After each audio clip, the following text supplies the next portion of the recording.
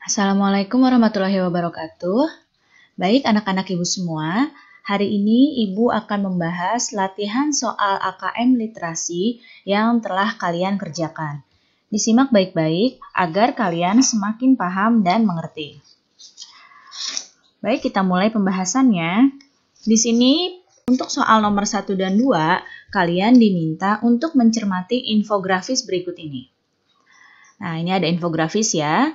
Nah, di sini setelah kalian amati gambarnya dan juga kata-kata yang ada pada infografis ini, kemudian selanjutnya kalian diminta untuk menentukan mana pernyataan yang sesuai dan manakah pernyataan yang tidak sesuai berdasarkan infografis yang telah kalian lihat ini.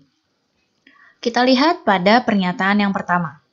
Satu suku bangsa di Indonesia memiliki bahasa daerah lebih dari satu.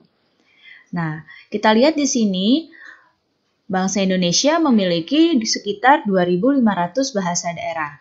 Artinya, untuk pernyataan yang pertama ini adalah sesuai. Kemudian, kita lihat pernyataan yang kedua. Ada puluhan agama yang diakui di Indonesia. Nah, berdasarkan infografis, di sini bukan puluhan agama yang diakui di Indonesia, tetapi terdapat 6 agama. Nah, berarti pernyataan yang kedua ini tidak sesuai.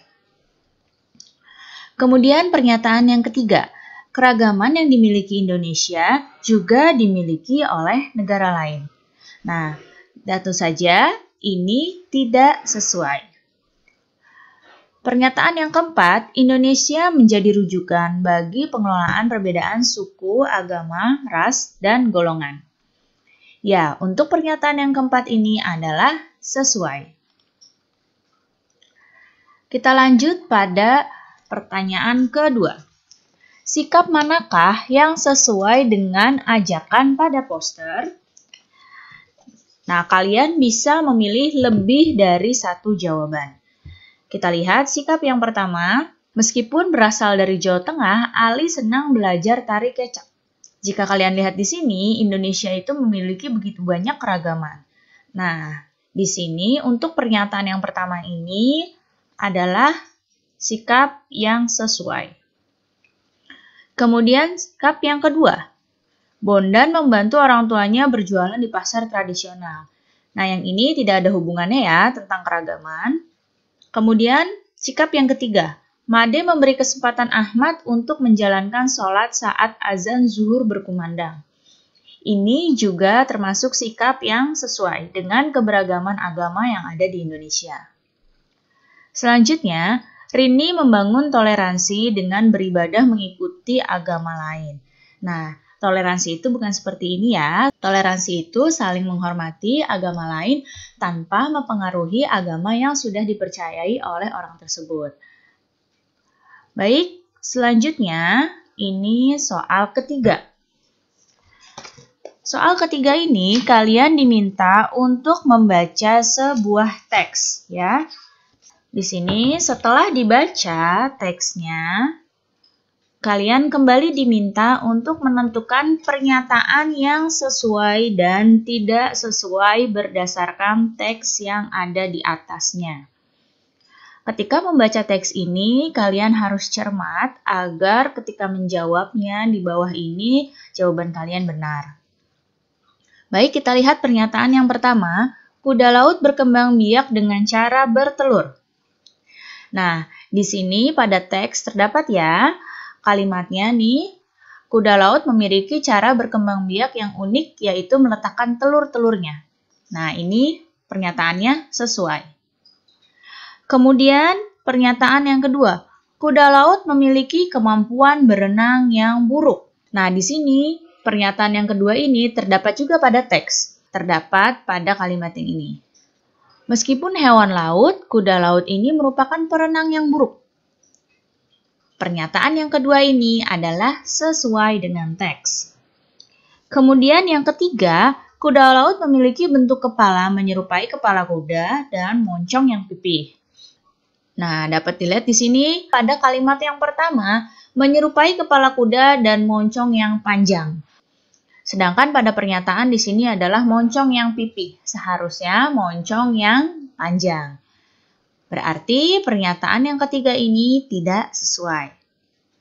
Kemudian pada pernyataan yang keempat, semua kuda laut memiliki ukuran tubuh yang sama, yaitu 35 cm. Kita lihat lagi pada teks.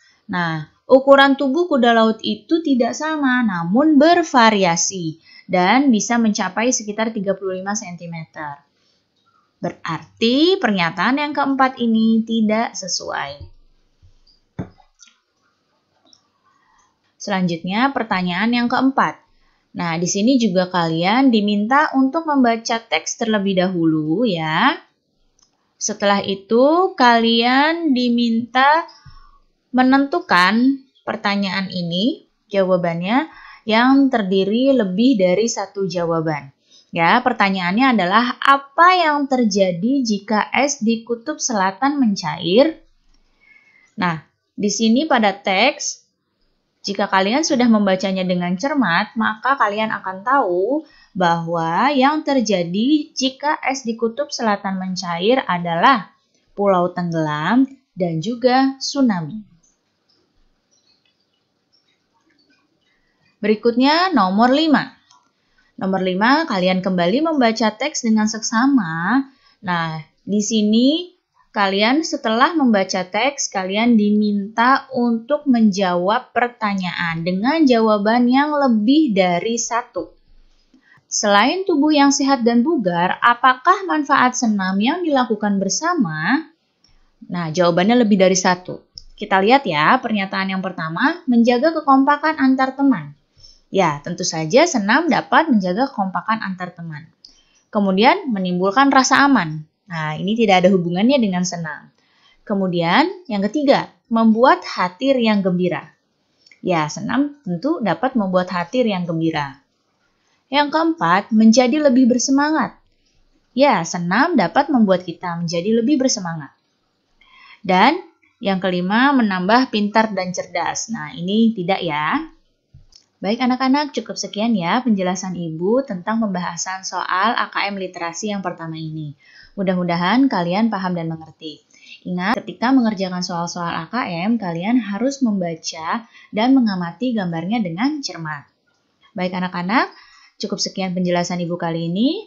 Sampai jumpa lagi. Wassalamualaikum warahmatullahi wabarakatuh.